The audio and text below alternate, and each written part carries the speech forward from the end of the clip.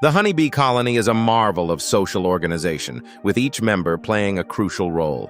Today, we're diving deep into the fascinating world of bee behavior, comparing and contrasting the lives of queens, workers, and drones. At the top of the hierarchy is the queen, the sole reproductive female in the colony. Her primary function is to lay eggs, ensuring the continuation of the hive. But her life begins with a dramatic event, the mating flight. Within the first week of her life, the virgin queen leaves the hive to mate with multiple drones in mid-air.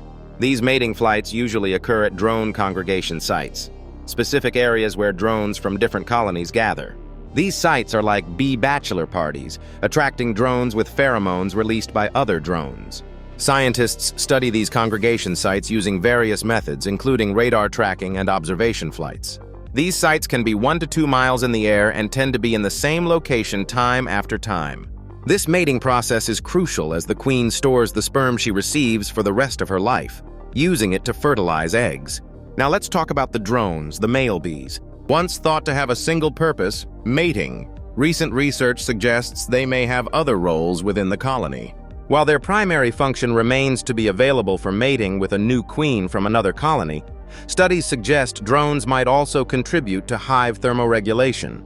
Drones even collect small amounts of pollen and nectar for their own consumption. However, their lives are often short-lived. As winter approaches and resources become scarce, drones are often evicted from the hive by the worker bees to conserve resources. The backbone of the hive is the worker bee, a female who doesn't reproduce under normal circumstances. Her life is a series of age-related tasks. In her first few weeks, she's a house bee, performing vital in-hive duties. This includes cleaning cells, feeding larvae, building honeycomb, and regulating hive temperature. Around 2 to 3 weeks old, the worker transitions to foraging, venturing outside the hive to collect nectar, pollen, water, and propolis, tree waxes. But she doesn't just randomly fly around.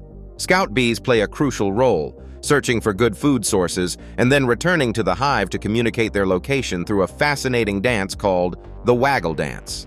The forager bee uses this information to find the flowers, often traveling to multiple flowers on a single trip to maximize her load.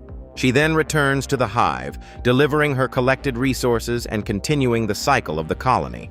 In summary, the honeybee colony is a complex and highly organized society.